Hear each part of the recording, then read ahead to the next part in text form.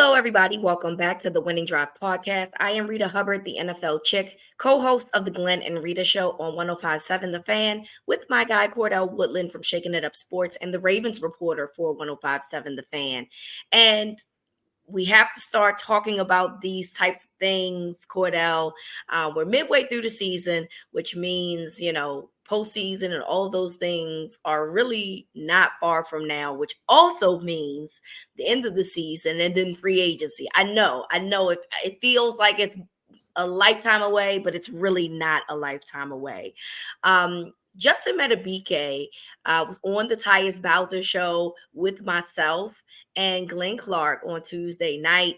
And I actually made him blush a little bit because we had this conversation about getting paid and it's time for him to get his money, and he laughed and his face turned red, probably a little embarrassed. But look, the reality is that you are up for a big payday. Another person up for a big payday is Patrick Queen, who has played phenomenal football as well this season. So there's going to be some conversations, some hard conversations by the Ravens front office that will be had. And this is going to be, who are you going to sign? Are you going to sign Justin Madubuike? And by sign, it could absolutely mean franchise tag as well. If you had to make a choice on your franchise tag, are you franchise tagging Justin Madubuike and trying to get a long-term deal with him, or are you franchise tagging Patrick Queen in order to do that? So put your GM cap on, Cordell. If you are the Ravens front office, which guy would you tag at this moment? Yeah, it's a great question. I think it is something that Eric DaCosta and those guys are definitely thinking about right now. It's going to be a tough decision to make because both are playing really well right now, and I think they both mean a lot to this defense. Without question, the interior pass rusher carries more weight in today's NFL than an inside linebacker, especially when you've already paid one. You would imagine that Madubuike would probably be the guy that they would like to keep over Queen, just because of priority of that position and what Madubuike is able to do. I guess for me, the question would be, do you really believe that you could put any linebacker next to Roquan Smith and you're going to get that same type of production?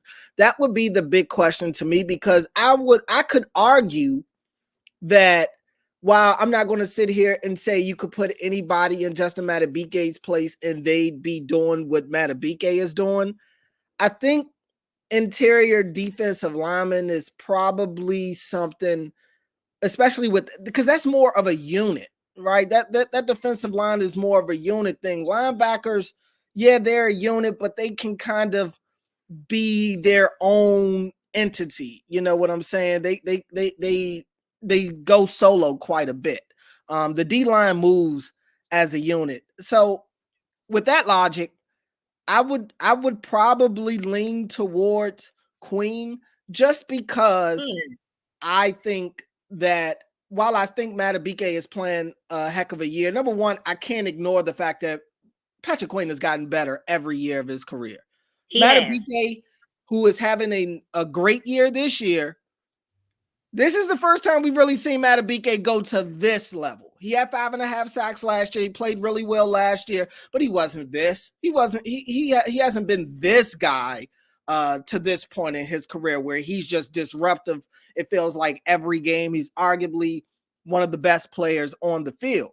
And I don't know. I'm just going back in time, and you look throughout every sport, we've seen this. We've seen guys go out of this world when it's a contract year, and then after that, you don't really get the same type of production that you got in that final year of their contract. So I'm not sitting here saying that it would be a bonehead decision for them to franchise tag Madubuike. I don't, in all honesty, I don't think there's a wrong answer here. I think it's more about how, because you have to project. You're going to have to project on this. It's not as simple just to go with what's happening today. You have to Right. kind of project, are you going to get that same type of production and maybe even more down the line? I can't sit here and say that I'm confident that Justin Madubuike will be able to replicate what he's doing this year on an every year basis or get better.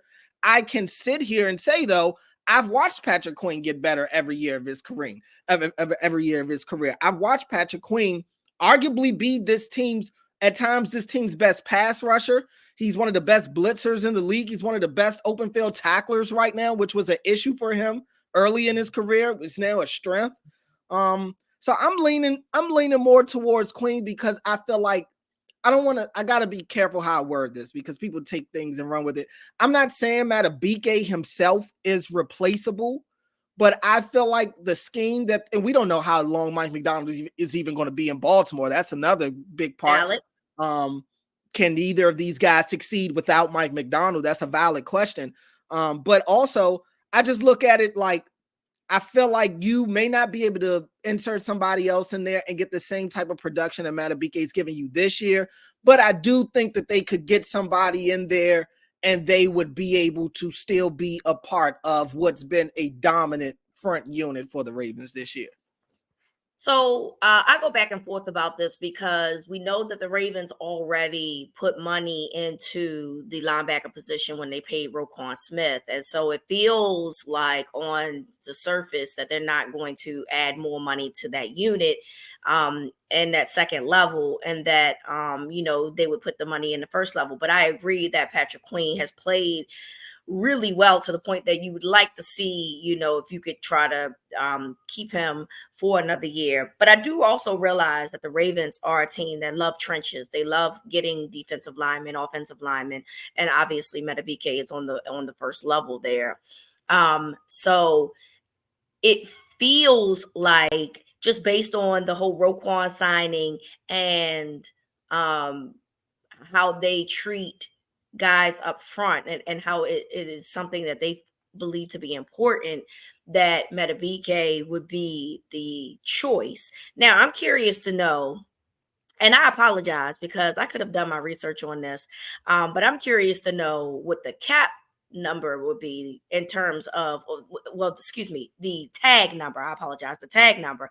I'm curious to know what the tag numbers would be in terms of what the defensive lineman would be getting as opposed to Patrick Queen, the linebacker. I think that also could potentially come into play too, because if one is a little bit less and they can afford to do that, that's very possible. But we also have to realize too that the Odell Beckham contract potentially puts a wrench into this situation if they don't re-sign him next year. He has a big cap number against the Ravens cap.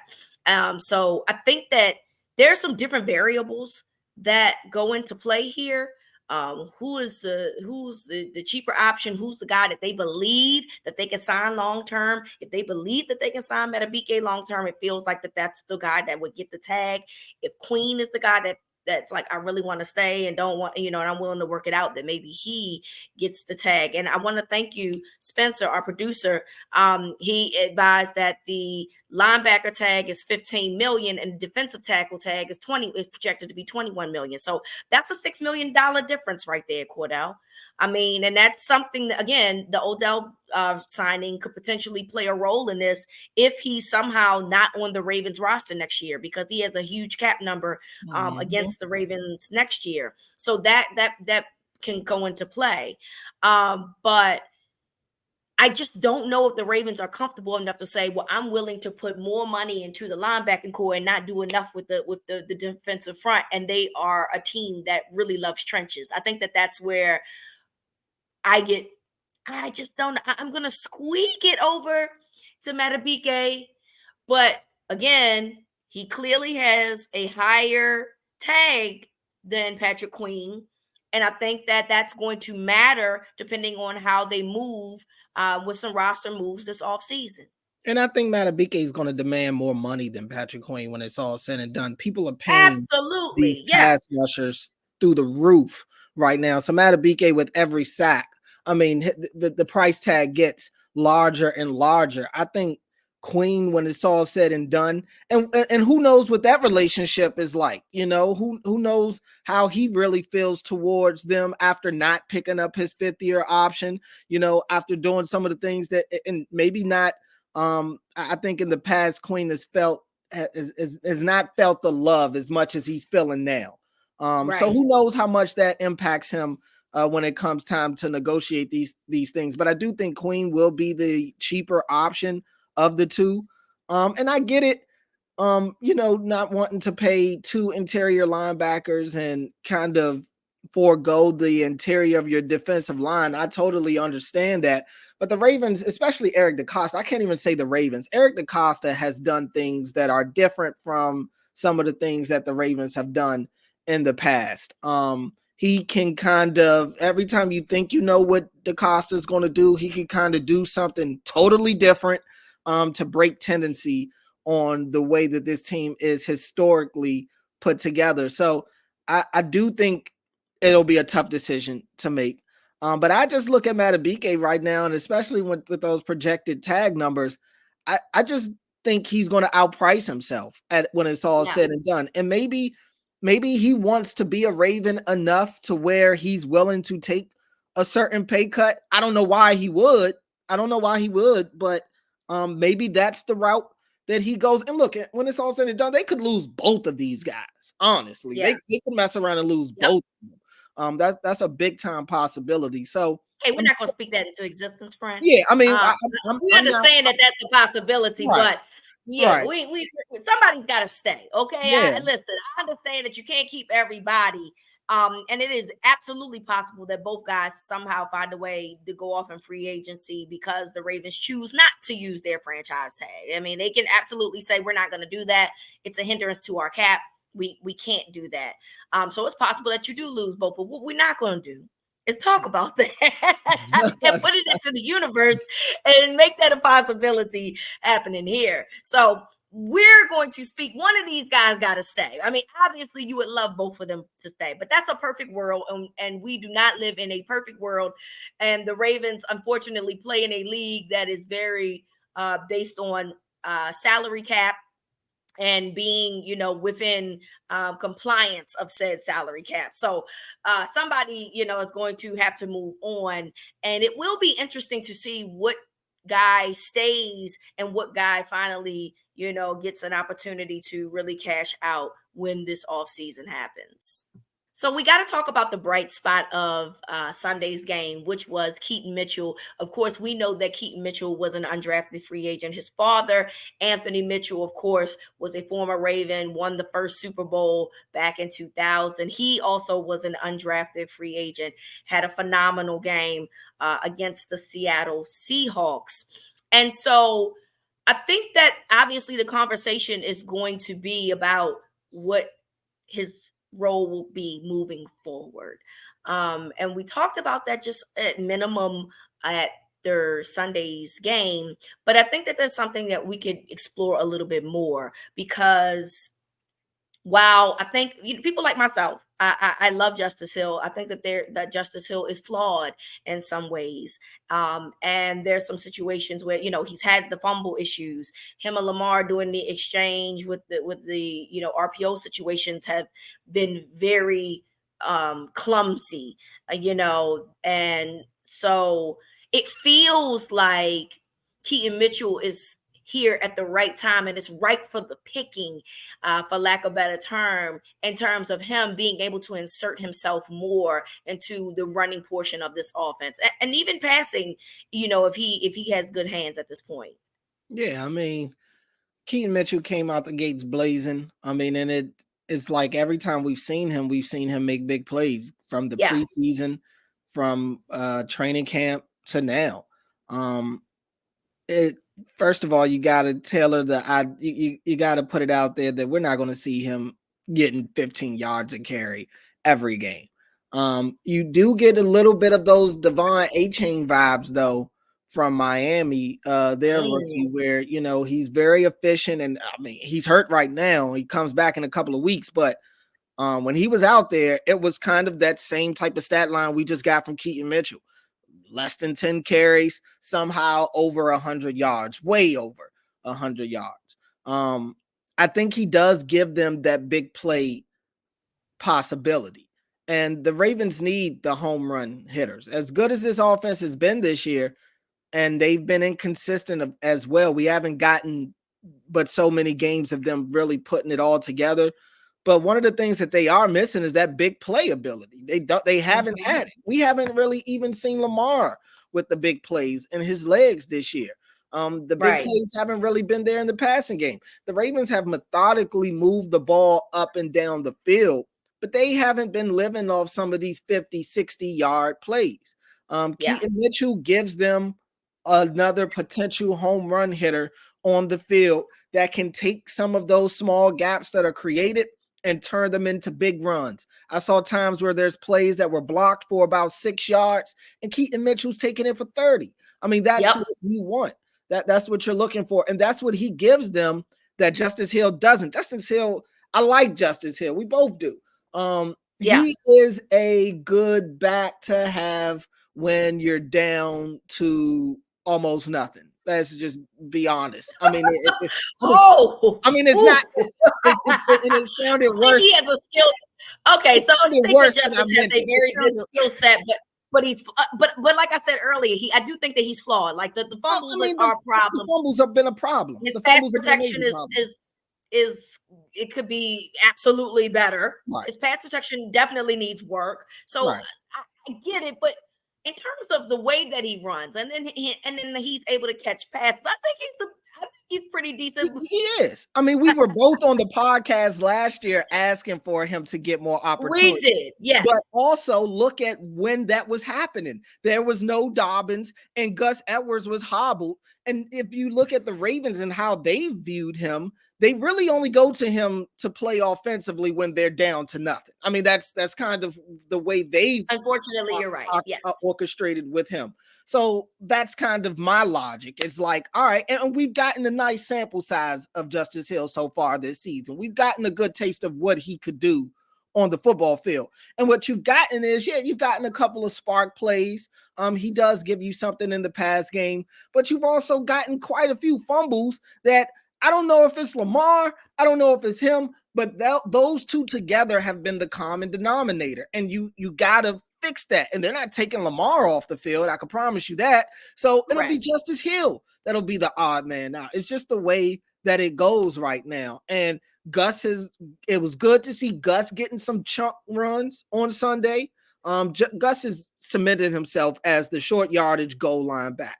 That was never going to change. But the fact that he is now getting some of those 20-yard carries that we saw him get against Seattle, that bodes well for him to kind of stay in the game when the ball is kind of inside, beyond just inside the 20-yard line. So I think Gus will still be the guy back there. And it's not that Justice Hill will go away completely. I still think that they'll sprinkle him in there a little bit. But I think this week you're probably going to see more Keaton Mitchell than you see Justice Hill. I mean, you almost have to, right? I mean, after that type of performance, why would you not? Yeah, I don't know how. I mean, he averaged 15 yards a carry. Like you said, I don't think that's something that we'll see, week in and week out. But you got to give the man the opportunity, right? And as long as the film ain't out there yet, because I'm always a person that believes that, you got about a good 3 weeks in terms of when a new person comes onto the field, that you have the opportunity to take advantage, right? Who's their next two opponents? Cleveland, Cincinnati, 2 divisional opponents. And that makes weeks 2 and week 3. And so for me, I think that you have to absolutely use him because, again, if you're trying to find, some film on Keaton Mitchell, well, you got the Seattle game, but all you had previously was the preseason game. And we know that the majority of the starters wasn't playing in preseason, right? So now he's playing with actual starters. So it's a different type of level of play. So I absolutely think you got to get him more involved, particularly these next 2 weeks where these teams really don't know a ton about him. He's shifty, he's fast, but he's also strong. I mean, there's a lot of things that he brings to this table that is good, and it takes the pressure off of Gus. Gus is going to be the primary back regardless, Mhm. right? He's going to be the guy. He's the guy that gets paid the most money because he got a new deal. He's the guy that he's the bruiser back. He's the downhill type of guy. And look, Gus has showed us too that he can catch the ball Mhm. out the backfield as well, right? So we got to start giving him his flowers in that regard too. But he's going to be the primary back for numerous reasons. But it also takes the pressure away from him because Gus has also dealt with injury. And that was something that I was always concerned about. I love the committee because it allows him to continuously stay fresh during a long season. You know what I'm saying? And now adding Keaton Mitchell to the fold absolutely helps in that regard. And like you said, Gus is always going to be the guy that's going to, when they get into a certain point inside the red zone, more than likely he's going to be the guy that's going to get the ball, and rightfully so, right? But And he might end ultimately, up still being the guy when they play him with the lead to try to, oh, milk absolutely. the clock and everything like that to put the game away. I would imagine he'd still be the guy. Right. And so obviously, if you're Justice Hill, you probably like aren't really thrilled about how this is going because that who's going to get significantly less carries out of this, in my opinion. Mhm. And I do still think that Gus might get a little bit less, but I think it Right. also depends on how far up the Ravens are. Like certain measures are going to come into play. And I But for think they're Gus, gonna ride the hot hand too. Like if Gus is out, absolutely. if Gus is out there picking up 7 to 8 yards a pop, I mean, it's gonna be tough to take him off the field. Same thing with Keaton Mitchell. If he's Yep. out there picking up chunk run after chunk run after chunk run, how can you condone taking him off the field? I just Justice is I just don't see him being able to be that guy to do either of their roles. He's a nice fill in the blank guy. He's a nice change of pace. But he just doesn't have the special abilities that like Gus's special ability. Obviously, he's a bruiser. He's a freight train running through there. Keaton Mitchell shows that he could be the fastest guy on the field right now. Justice, I don't know what his superpower is to make the argument that he should get 33% of the carries, you know what I'm saying, with the rest of those other two guys. I agree with that. I mean, like there's good things about Justice. We're not Right, sitting here for saying sure. that at all. For But sure. but again, you could say, well, this guy also does this. This guy also does this. So what Right. is it that he does that some other player that they already have doesn't do? And that's Yep. going to be the issue. But I'm excited for Keaton Mitchell. I think he earned the opportunity. And I Mhm. think that these next 2 weeks will be very interesting to see how this goes. He's playing against one of the better defenses in the Cleveland Browns, we know. And then Cincinnati, their secondary to me is still suspect, but their front seven is still strong. So we will see more. I'm definitely confident we'll see more of Keaton Mitchell in the next coming weeks. All right, Cordell. So let's get some tidbits here. Speaking of Cleveland, we heard from Myles Garrett, who was on the Kay Adams podcast.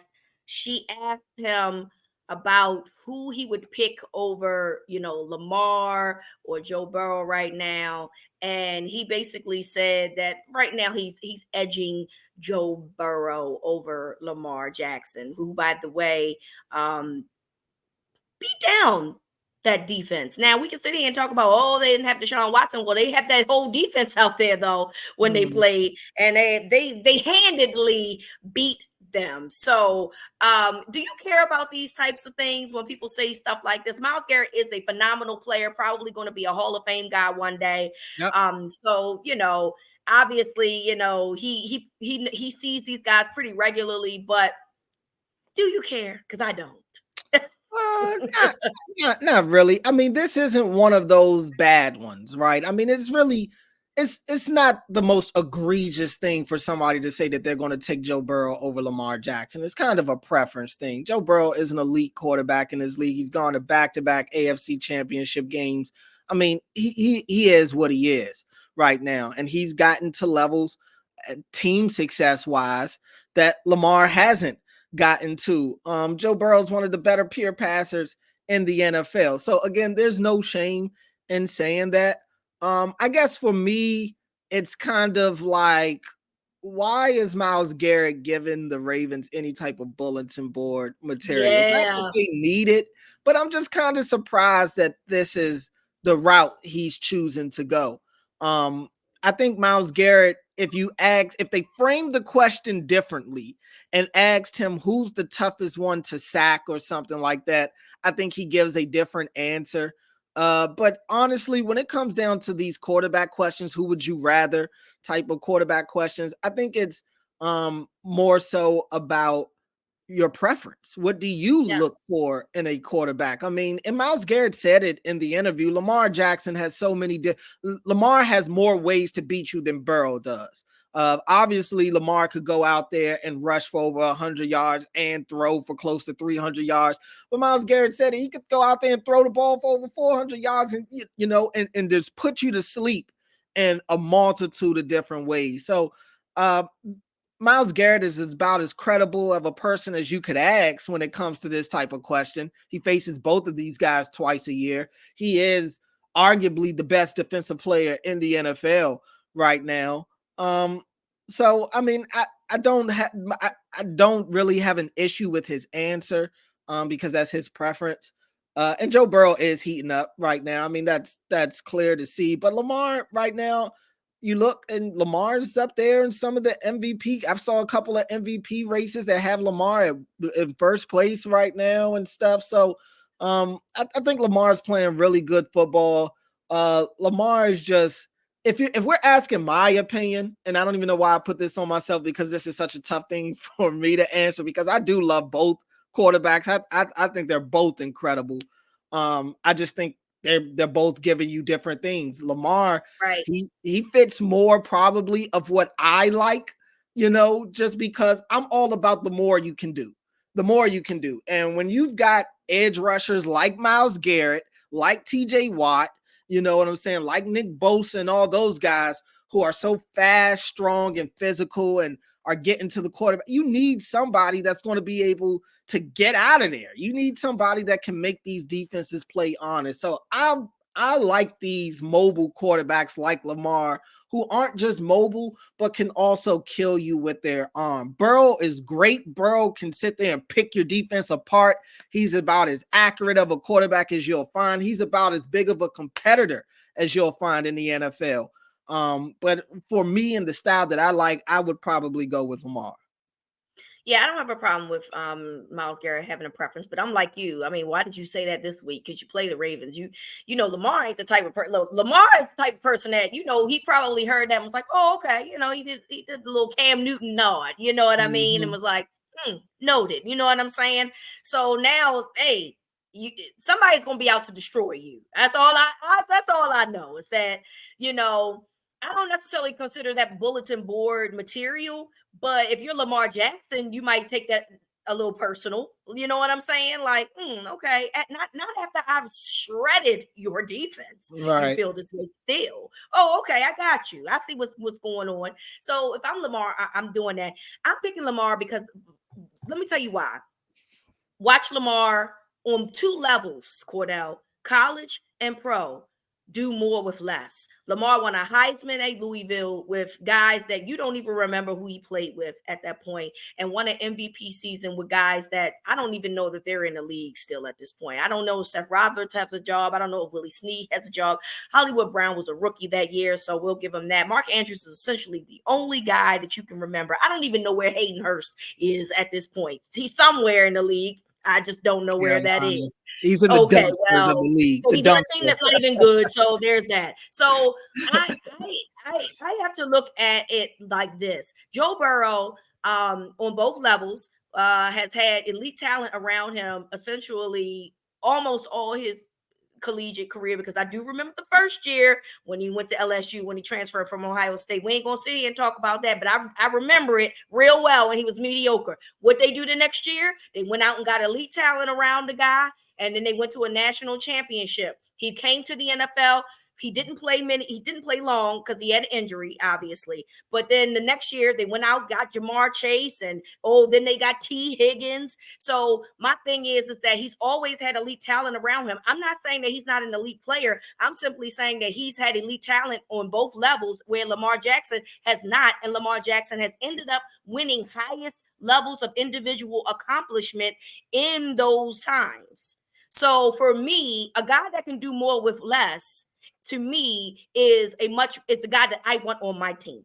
Because I know what he can do with less players. So I know what he's going to do with better players, which is now why we're having a conversation about Lamar potentially being in the MVP conversation and why the Ravens are 7-2. So yeah, that's my take. I agree. That's where I'm at with that. Speaking of which, we talked about the MVP in terms of where he is for betting odds. So currently, Lamar Jackson is plus 400 in terms of winning the MVP. The Ravens, in terms of Super Bowl odds, are plus 900. How do you feel about that? I feel better about the Super Bowl odds than I do the MVP odds. I think Lamar has played at an MVP level this year. I do think he deserves to have his name thrown in the hat. I don't know if the season ends today, if I believe Lamar Jackson is in first place for the MVP. Definitely think he should be in the conversation, but I don't know if it's been enough to say that he's going to beat out Mahomes. Even if people want to make the argument that and I could hear it, that defense is really the thing for Kansas City this year, more than it's been necessarily the offense, especially compared to years past. But it's just the way it goes, it's how the voting operates and everything. And so Jalen Hurts is still what I think the Eagles have the best record in the NFL right now. Tyreek Hill has been out of this world. I mean, you can make the argument for him to be in first place right now. I think Lamar's name should definitely be in the hat. But I don't know if I have him winning the MVP today. If the season ends. And the Super Bowl odds, you feel a little better about it. I mean, I look around the league and first of all, plus 900, that's pretty good. I'm thinking about putting down $20. I mean, that's a lunch. If I can put down $20 and the Ravens win the Super Bowl, I make out. That'll feed you. That's a good lunch date right there. You know what I'm saying? That'll go get you something good. I look around the league and the Ravens look like the most complete team to me right now. I mean, we'll see what happens with the Niners going forward because they were, to me, the most complete team on all sides of the ball. But obviously they have come back down to earth a little bit over the last 3 weeks. I think they've got 3 straight losses. The Chiefs are still there, obviously. But at least if we're looking in the AFC, it's the Chiefs and Ravens to me. And everybody else is kind of, there are teams like Cincinnati who's heating up. Buffalo, you still got to keep your eye on. The Dolphins are good, but I think they have a ceiling on how good they can be. They can't realistically. Be teams over 500 and they can't win outside of Miami. So I don't put a lot of stock into them right now. So I mean, I feel better about this team as a Super Bowl candidate than I do Lamar winning MVP right now, just because really that Ravens defense to me looks like a Super Bowl winning defense. And with the offense, with what the offense is doing to this point in the year, I think the offense can do just enough to win it all. I agree with you there. I think that Lamar, while he is having a phenomenal year, I think statistics still matter. And I think that the people that vote for that look at that. And as of right now, he probably doesn't qualify. But, I think he qualifies because I watch him every week. And I think that he's played at a very high level. But again, if you're stat counting, then it's a different story. That defense, though, really can put the Ravens in position to advance to the Super Bowl, in my opinion. So if you're a betting person, I'd put down a couple dollars on the Ravens winning the Super Bowl or, winning it all. Why not? You know what I mean? Like, you can make a little bit of change off of it. Do it now, though. Don't wait till, the end of the season. And if somehow the Ravens only, if they're like 13-4 or something like that, of course the odds are going to start going down a little bit because, they're going to be like, oh, they're really good. And then you're close to the playoffs. So if I were you, I would do that right now. But absolutely, I can see Lamar potentially still being in the running in the second half. Of course, we're getting to the point now, Cordell, where it's like people are probably starting to wonder, like with this whole situation with the ankle, right? People are like, oh, it's the second part of the season, I'm concerned. And I don't think that we should think like that. I think that, as of right now, Lamar's played well. It appears that he's fine in terms of that ankle. So they're going to continue to play good football. And if Lamar and that offense is clicking enough to their, it's nothing that they can come back from, you're going to see more Tyler Huntley moving forward. So I actually would prefer that. Look, let's see more Tyler Huntley, because that means that the Ravens got a big lead and they don't feel like that their opposing team is going to come back from that. Yeah, I mean, I think Lamar's fine. He seemed fine after the game. Yeah. So and Harb said on Monday that he was fine. So we'll see today if he's out there at practice. Obviously, if he doesn't practice on Wednesday, the alarm bells are going to start ringing. So I'm hoping it doesn't. Wednesday practices don't do me no. I don't care about Wednesday practices like other people. Thursday and Friday is where it starts getting a little murky. Look, if he gets a rest day, he gets a rest day. It is what it is. Now, obviously, they're playing the Browns, so I understand like being concerned. Don't be concerned. If Thursday and Friday comes and he ain't out there, that's a concern. But I don't think it's an issue. Let's not put that juju into the universe. Lamar is fine, and he's going to continue to play at a MVP level. So put your bets in now while you can, because you can make some money if in fact comes to fruition. So we appreciate y'all for that. Next episode, we will preview the Cleveland Browns with Myles Garrett. It looks as though Deshaun Watson will be playing on Sunday. And so this will be interesting, right? The first time that the Ravens played the Browns, they did not play against Deshaun Watson. But he will be back, and it looks like that they're a different team when he's playing. So we'll talk about that. We'll preview the offenses and the defenses and our final scores as well. We want to thank you all for listening. From Cordell to me, this is Winning Drive.